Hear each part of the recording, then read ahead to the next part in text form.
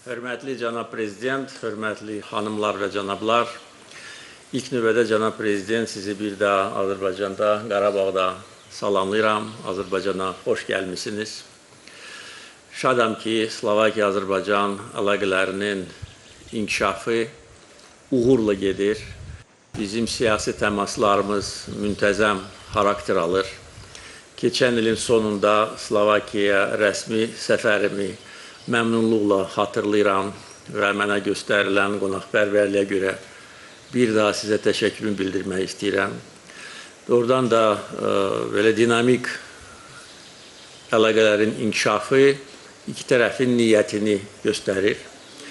Bugün biz bir çox məsələləri müzakirə etmişik və bir daha gördük ki, gündəliyimiz kifayət qədər genişdir. Nümayəndə heyətlərinin tərkibinə baxmaq kifayətdir ki, hər kəs görsün ki, hansı istiqamətlər üzrə fəal işlər gedir, dialoq gedir və təkcə dialoq yox, praktik işlər. Və bugün Slovakiya-Azərbaycan siyasi əlaqələri çox yüksək səviyyədədir və qarşılıqlı səfərlər bunu əyani şəkildə göstərir. 2024-cü ildə biz strateji tərəfdaşlığa dair birgə bəyannamə imzalamışıq və bəyannamənin icrası göz önündədir. Çünki belə fəal siyasi təmaslar və birgə layihələrin icra edilməsi əlbəttə ki, güclü siyasi iradə tələb edir. Biz çox şadıq ki, Slovakiya Qarabağın bərpasında fəal iştirak edir və bugün cənab prezidentlə birlikdə Ağdam rayonunun baş Gərvənd kəndinə biz gedəcəyik. Burada Slovakiya şirkəti ağıllı kənd layihəsini icra edir və bu layihə ilə tanış olacağıq və bu dəstəyə və Qarabağın bərpasına verdiyiniz töhfəyə görə sizə bir daha təşəkkürümü bildirmək istəyirəm. Müzakirə edilən məsələlər arasında təbii ki, ənənəvi məsələlər üstünlük təşkil edirdi. Ticarət, iqtisadi əlaqələr, energetika sahəsində əməkdaşlıq, hərbi texniki sahədə əməkdaşlıq və digər sahələr prioritet təşkil edir. Bütün bu məsələlər ətrafında çox səmimi və açıq müzakirələr aparılmışdır. Nümayəndə heyətlərinin üzvləri da daim təmasdadırlar bugün və sabah.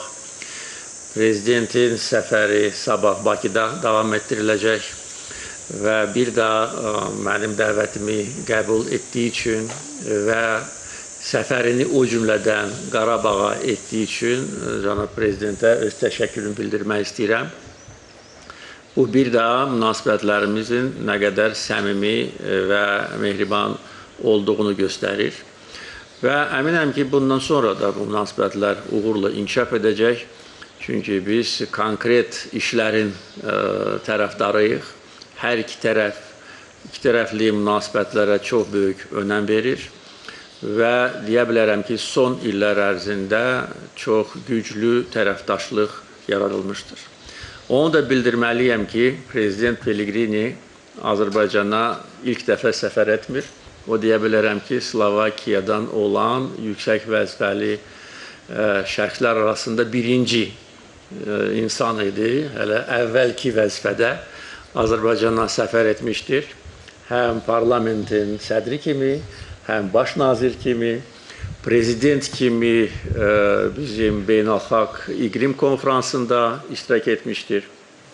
Və bugün də rəsmi səfərdə Azərbaycandadır. Bir daha cənab prezident sizi salamlayıram və sizə xoş səfər arzulayıram.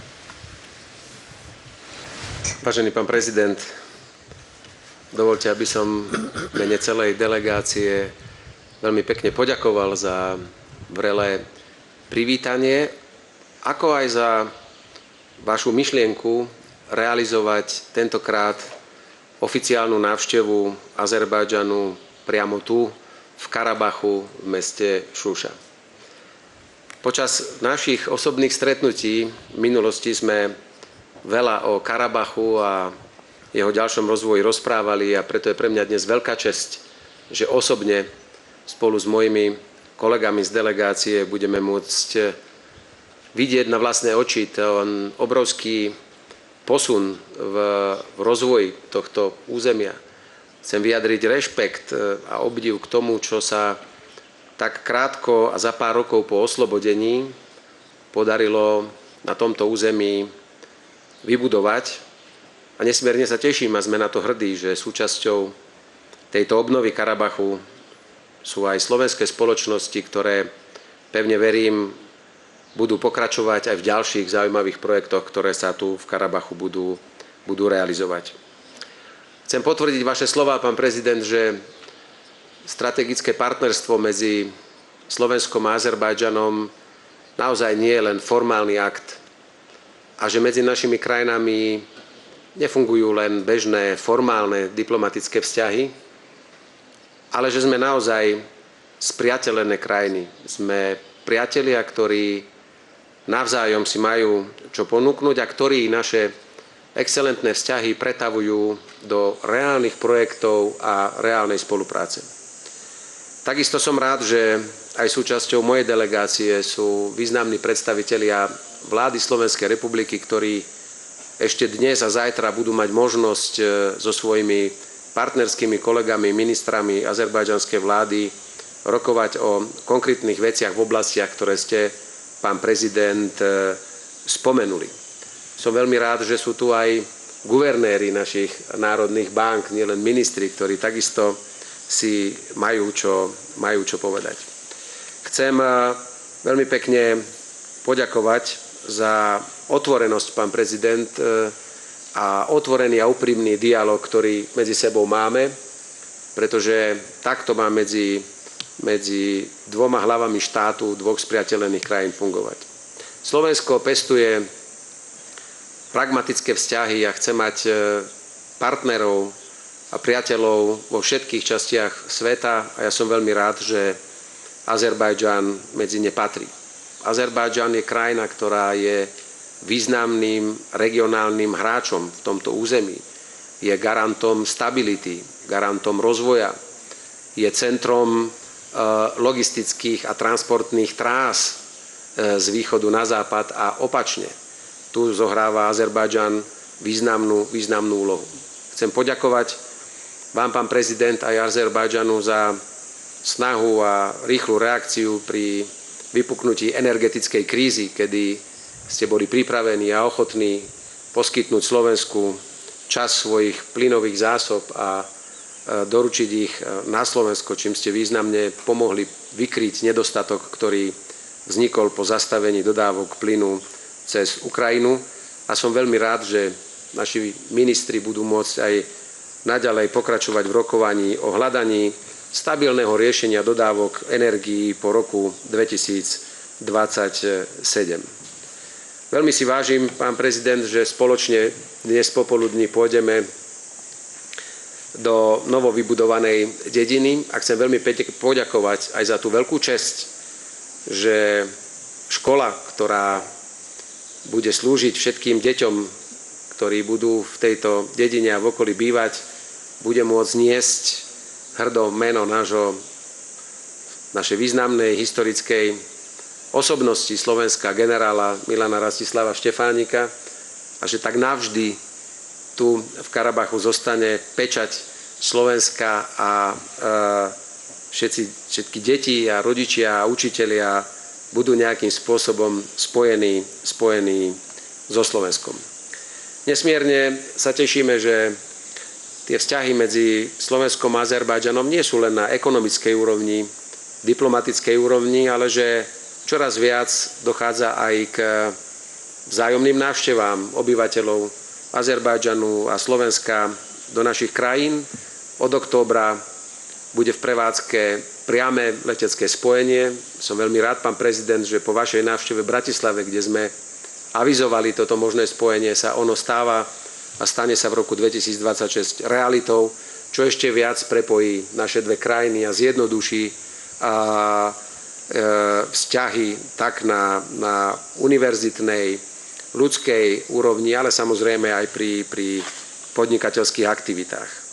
Som rád, že súčasťou mojej návštevy v v Azerbajdžane je aj veľká biznis delegácia a že pani ministerka hospodárstva spolu s pánom ministrom z Azerbajdžanu zajtra otvoria v Azerbajdžane ďalšie azerbajdžansko-slovenské biznis fórum, ktoré opäť spojí dohromady slovenské a azerbajdžanské firmy, ktoré dúfam opäť nájdu ďalšie možnosti vzájomnej spolupráce aj v rámci našej myšlienky alebo idei, ktorú spoločne s pánom prezidentom preferujeme, že naše vzťahy nemajú byť postavené len na jednostrannom obchode, kde niekto niečo ponúka a druhý nakupuje. Naopak, máme predstavu, aby čo najviac projektov bolo spoločných, aby sme spoločne pôsobili v oblastiach, kde je to výhodné, aby sme spoločne vyrábali v oblastiach, kde je to prospešné, aby sme dokázali transfer technológií a robiť spoločné projekty, z ktorých benefitujú obidve krajiny a nie len jedna na úkor druhej. Pre Slovenskú republiku je dôležitá bezpečnosť a mier.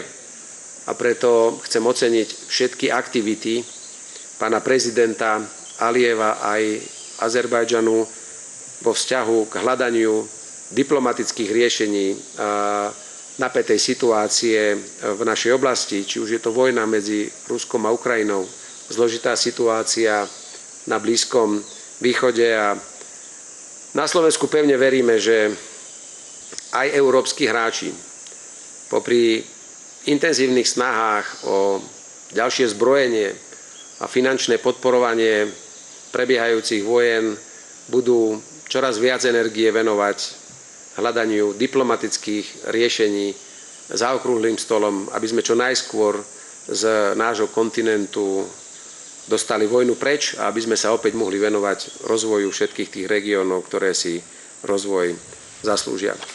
Chcem potvrdiť, že Slovensko aj naďalej v rokoch 2027-2028 bude cez svoju ambasádu v Baku pôsobiť aj ako kontaktné centrum Severoatlantickej aliancie vo vzťahu k Azerbajdžanu a som veľmi rád, že v oblasti bezpečnosti, obrany, schopnosti naše ministerstva obrany majú excelentnú spoluprácu a som veľmi rád, že Slovensko bude môcť prezentovať na septembrovej veľkej zbrojárskej výstave tu v Baku aj prvé výsledky našej vzájomnej spolupráce a našich vzájomných dohôd.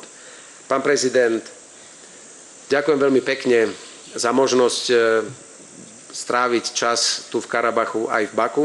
Ďakujem za naše priateľstvo, ďakujem za našu doterajšiu vzájomnú spoluprácu a som veľmi rád, že našim vzájomným dialógom a našimi aktivitami preukazujeme, že vzťahy medzi Azerbajdžanom a Slovenskom nie sú len o prázdnych slovách, nie sú formálne, ale sú podporené konkrétnymi projektami, konkrétnymi činmi a ja sa teším na ďalšie naše stretnutia a som veľmi rád, že ste mi pripomenuli, že som navštívil Azerbajdžan vo všetkých svojich najvyšších politických funkciách. Možno by som to trochu na záver odľahčil. Pravdepodobne sa mi vždy po návšteve Azerbajdžanu dobre darilo a na politickej kariére som sa posunul niekde ďalej. Takže ďakujem aj za to a želám nám obom ešte veľa dobrých priateľských stretnutí a našim dvojkrajinám prosperitu a veľmi dobré vzťahy. Ďakujem vám veľmi pekne, pán prezident.